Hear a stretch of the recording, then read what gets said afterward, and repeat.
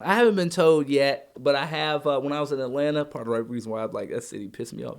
I went to a place called Vortex Burger because they have a comedy club in there.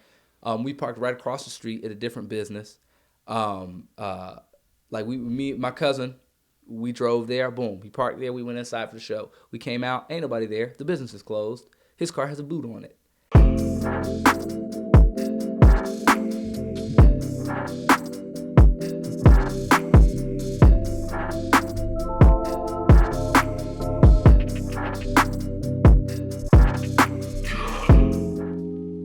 Today I am with the Hannibal Callens, and let me just say that it is a pleasure to be sitting down with a man of your comedic caliber. Dude, thank you, bro. I really appreciate it, man. Being from Orlando and how frustrating it can be that you feel like the art scene is I personally would use the word divided. I find that most people, I don't want to use the word complain, but most people will bring that up or mention that when it comes to That's like a criticism. Orlando. Yeah, like the art scene is heavy in Orlando, but it's very it only goes so far because of the different little categories that they consist of. Dude, yeah. I mean, even then, one thing that when I was doing theater at Valencia, our dance choreographer, Eric Yao, he had said, the thing about Orlando is, lots of stuff is cheaper here. So dance classes are cheaper here. Acting classes are cheaper here than they are in New York. And so this is a place where you can grow and get good. And so what I've started realizing too is it's the exact same way with comedy. Before the pandemic, of course, there was an open mic almost every night of the week. Some nights you could hit 2 or 3 spots in one night. And what I realized is Orlando really, it's like a gym city. You start here, you get good, and then once you're good, you take your talent somewhere else. I love that because that's how I've been feeling about the podcast, wanting to transition it elsewhere in the future. Yeah. And just kind of getting my experience within my job at in news. Mm-hmm. And being familiar with how all of this is set up and being familiar with how to record, how to edit, learn how to edit. I didn't know how to edit before this. So I like that example or that analogy of Orlando is a good spot for you to kind of grow. It's a gym and then city. Apply that growth wherever you want to see yourself. This is where you find your voice. This is where you find your craft and you master it. You don't want to stay here forever. You want to learn this place, love this place, and then go share what you've developed other places. But the key too is to still come home, bring that love back. You know? Opening that first door into comedy, into that world. What was that like? And kind of finding yourself, because you've always been a very animated character. Yep. I started doing comedy January of 2014. First time I ever actually did comedy was my and our junior year of high school. We did there was a talent show, and I was because now my whole life I've been funny. My parents are funny. My brother's funny. We had our own sort of sense of humor, whatever. And because of my sort of personality and expressiveness, I've been blessed with lots of friends, people I can be funny with all the time, and just grow in it. So, and I people would always tell me, "Oh, Hannibal, you should be a comedian. You should be a comedian." But I never really took it too seriously. And then when high school started, I started acting. I want to say I fell in love with acting, but it's almost more like I found something I was already supposed to be doing. Yeah. It just fit so well. It was so much fun. It was these two things go together, me and acting. My junior year, they were doing the talent show, and I was like, yo, I actually think I'm gonna do this. I'm gonna do some comedy. I took this little notebook, I wrote a bunch of jokes. That night of the talent show, I got up on stage, and my legs were shaking, which is weird because I already had years of acting background, not only theater, right, but I've performed theater in different cities, right, because district competitions, state competitions, all that. Not only all that, but I'm doing theater, or I'm doing stand-up comedy on the exact same stage that I do theater. Why is this so different? Mm-hmm. And then I realized I was like, yo, it's because I'm out here alone. It's because I'm out here alone. I have absolutely no recollection of the jokes I did or how it went. I just know that the only reason I didn't get booed up that stage is because I was on the home team. I was at the home court advantage. After I graduated from high school, a family member, which without going too deep, and I think that's an understatement for who this person was to me, but her name was Deanna. She told me that a place called Drunken Monkey does comedy on Friday nights, and this is 2014. So I was like, okay, all right, yeah, I think I'm gonna actually go. I'm gonna actually go out there and check it out. I went out there 2 weeks in a row, and one of my best friends of all time, Laura Garcia, was like, "Sweet, when we going?" She used to always come out with me, and then I was blessed to early in my career I had lots of people that would always squat out with me. But my first time doing comedy, I went to Drunken Monkey. I think 2 weeks. I didn't perform. I just wanted to watch. Yeah. And then that third week, I went up, and I actually got up on the stage, and I wasn't nervous. I didn't have the shaky legs. I didn't have the shaky stuff, or at least I don't remember, but I remember not having my legs shake, because that sticks with you. But I did my thing, and I don't think I was as bad as most people should have been for their very first time, because I had the advantage of stage background.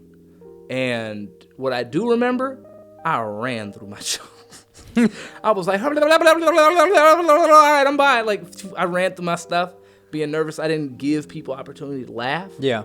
I can't remember who was the first person to tell me that, but I realized early in my career I used to go fast, just go real fast, and almost like get up there and then get it done, and then get off, even though I enjoyed it, So that was like the first time that I started. And then I was going to Drunken Monkey just about every week. I wasn't hitting it every week like I should have been. But then there'd be stretches of where I was there every Friday. Then I might miss a couple of Fridays. Then I would get back to going on the regular. So every open mic I was going to, I would have like 3-4 people that would come with me all the time. And it ended up being like a tradition. I'd go out, my squad would be with me.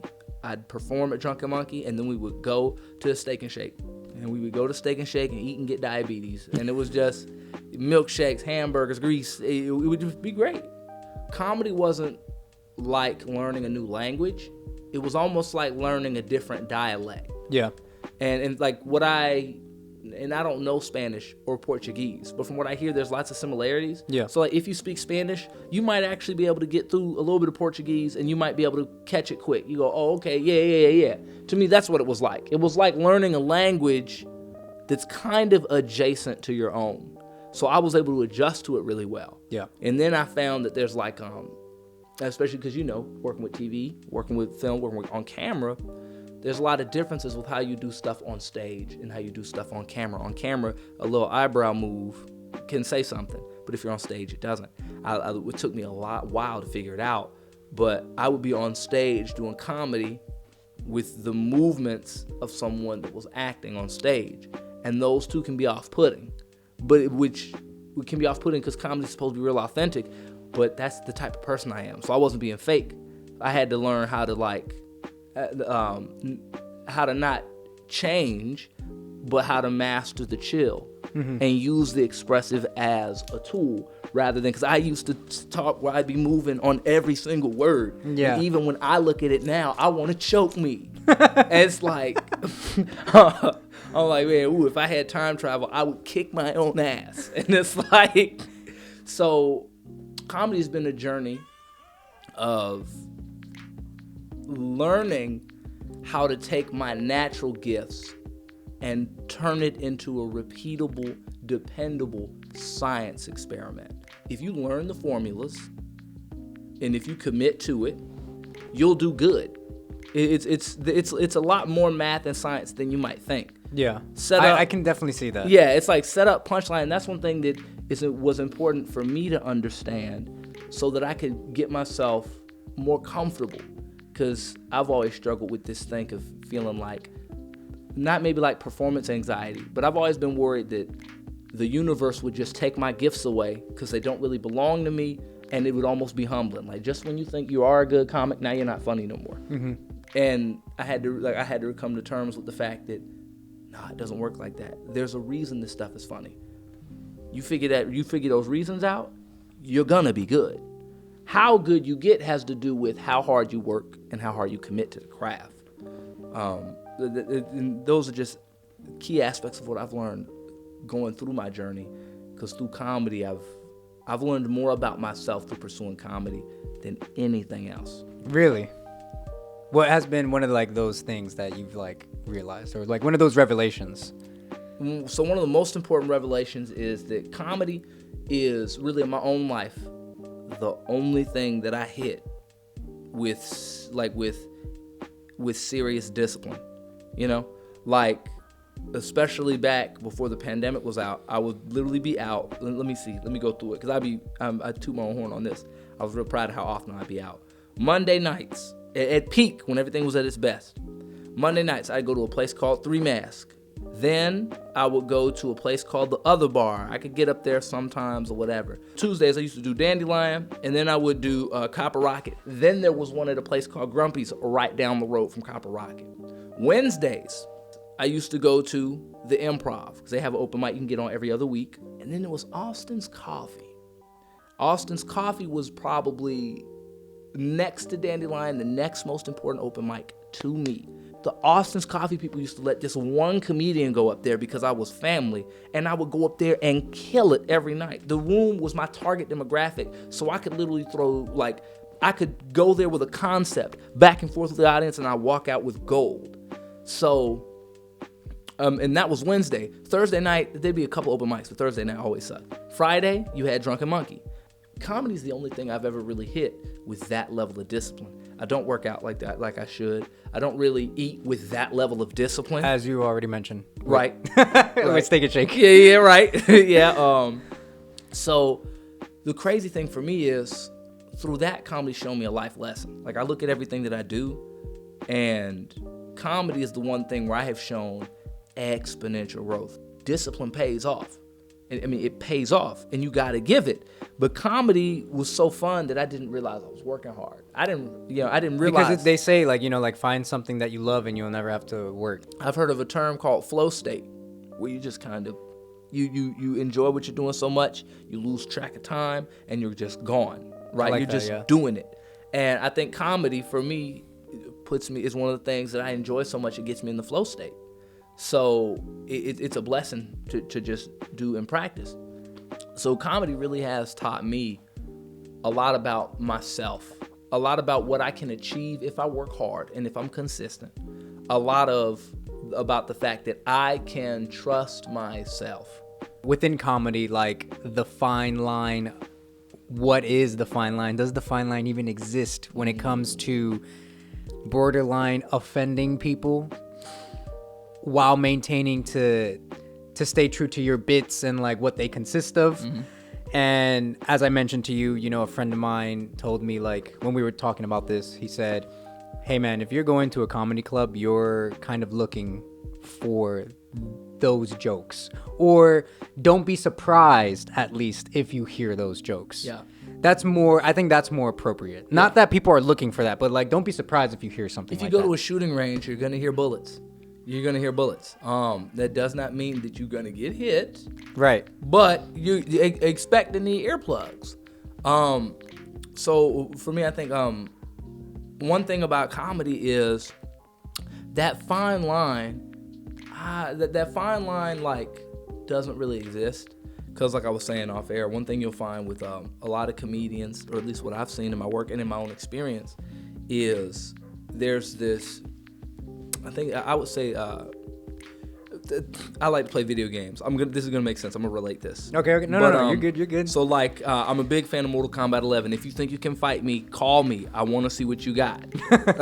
But when I get into video games, there's actually a term called metagame. Right. Which is like the game underneath the game of how the game is played. So you play the game and you're thinking, oh, punch, kick, these are your combos. The metagame is understanding the like frame rates of different moves and why this move beats that move. Super nerdy stuff. Oh, I get what you mean. Right. I got you. Keep so going, the metagame is like the game that's within the game of how the game is played. It's super nerdy stuff. Like, and you'll see a lot of it with like Super Smash Bros, stuff like that, where people they understand the game, so they're playing the game different because they understand it anyway. So I like that term metagame, because it's like, this is what you think the game is, and this is what the game is. Pros understand what's underneath.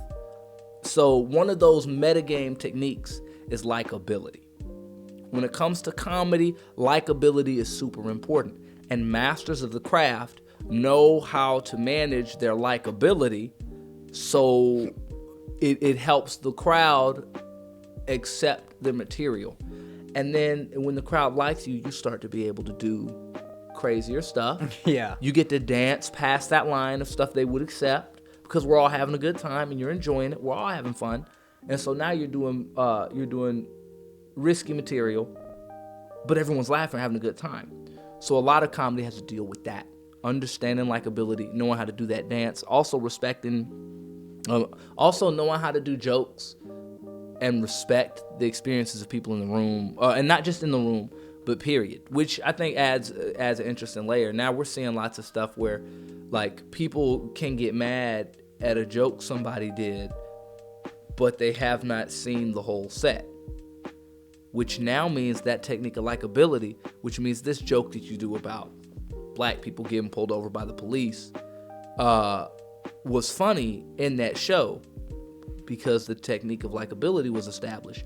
If you just take that out, people are only seeing it without getting to know the comic. Well, yeah, without getting to know the comic. The entertainer and whatever. So I think there's a fine line. I'm kind of weird. I'm trying to learn how I feel about free speech because I think free speech is real important and we all really need to have access to it. Of course. At the same time, it's hard to say people should be able to joke about whatever they want. That's because people just don't know, and that's a big part. People don't know how to respect folk. People get out there and say some real messed up stuff about people. And it's one thing I think you'll find too in comedy is you can say something real messed up, but it has to be twice as funny. If it's super, super funny, all right, it can be a little messed up. Because we're all laughing. This is an interesting take. But if something's not funny, we fight. If it's not funny, we fight. And I also feel like stuff can be more racy if it's insightful, but that's me. Because I like the potential that comedy has to open conversation and make people see stuff that they don't see or that they don't want to see, that they're not able to see. And I like comedy's potential to do that. One of my favorite artists of all time is Donald Glover / Childish Gambino because he is a real Renaissance man. The dude's music is incredible. His acting is incredible. His stand-up comedy when he used to do it, incredible. And his writing, shout outs to his show Atlanta, superb. Like, how do you kill it in every field? I don't think he's ever taken an L. To be honest. If he took an L, he took that thing with so much grace we didn't hear about it. Like that. So that's like my biggest inspiration, just as art in general. I want to be able to bring my imagination to life in any way that I choose to manifest it. Oh, I didn't see it there. This tea is from the Spice and Tea Exchange in Winter Park. And if you love good tea, you want to roll like we, go ahead and go there. And you make sure that when you go there, you tell them We Are Human Podcast sent you. There you have it, folks. Let's get back to the show. I believe it is in Swahili. There's a word called Sankofa, and the symbol for Sankofa is it's a symbol of a bird that's walking forward with its head turned back. Sometimes that bird has an egg in its mouth that's balanced on its back or whatever. But like the bird's walking this way, or depending on which way you look at it, but the bird's walking this way with its head turned back. And the idea behind Sankofa is understanding your past so that you can move, so you can move forward into your future. Yeah. And that's exactly what that is. I love that. Yeah. It's deep, and now I look real woke bringing that up. No, yeah, I mean, I look real woke. I am such a nostalgic person, so like I stay in the past, and they always say, if you're looking towards the past can be looked at as like depressing or like you're dwelling on the past, and then if you're anxious if you're always worried about the future, like you need to be present, but still being practical on how you're going to move forward, because you don't want to just be coasting either. You can be present and be coasting and you're not really seeing any significant growth. You see that with lots of people in their jobs. I'm calling myself out on here too. Yeah. But like you get stuck in a job and you're in your present, and what skills are you building that help you achieve what fulfills you? Mm-hmm. You know, you can totally coast and not be focused on the past. And the thing with the idea of Sankofa is, it's like, even though that bird is looking back, where's he going? Forward. So that's the thing. It's like understanding your past, and lots of people make that mistake. I've done it too. You get so focused on your past that you're not enjoying your present. So you're enjoying your past, or you're too caught up in your past, so you're not enjoying your present and controlling your present to build your future. Yeah. It's a 3-part plan. If you're only focused on the present, not worry about your future, you're going to end up in the exact same place or worse off in the future. They all work together. And even then, it's like every moment is the past. By the time you process it, it is now past. Yeah. Like, so I always think that idea is a little weird. But it's true. I mean, it is true. The conversation that we've just had alone, like, after you leave, like, that is the past. That's past. And just off of the conversation, you know, taking what we've gained from it, that can now be applied into how we live tomorrow. You know, what am I, you know, like, there are points that you brought up that I want to be able to share with my friends tomorrow. Mm-hmm. You know, like, as far as discipline, like, I really loved what you talked about with discipline. And that's what, you know, I think one of life's biggest rewards and, like, the coolest things about life is just everybody has so much information and knowledge or wisdom, whatever you want to tap it or whatever, you know, like, whatever you want to call it. It's important for us to share that with everybody, you know, because you're going to get something different from everyone. And, you know, it might just hit differently depending on where you are in life too. So that's why, like, every time I get something out of somebody, like, it's not selfish, but, like, I'm like, oh, this is so great. And then, like, I give it to someone else, you know, and it's just like those life experiences, those lessons.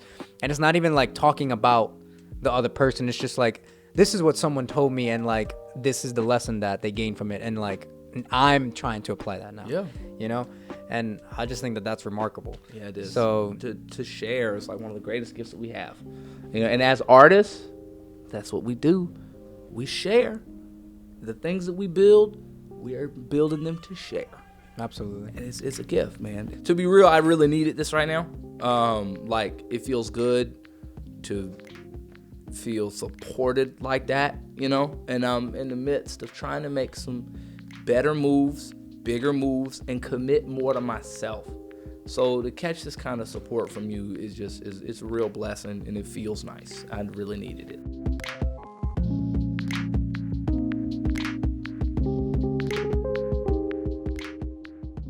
And, you know, and in Orlando, shout out to my city. I love this city, real talk.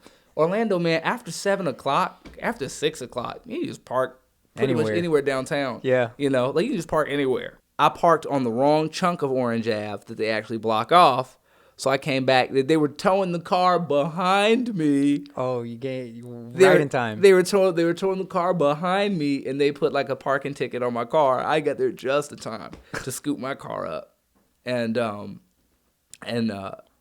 Atlanta, I'm like, dude, y'all not using the space. Why can't I park here? It's ridiculous. Shout out to that city. Great city. Your parking is a scam.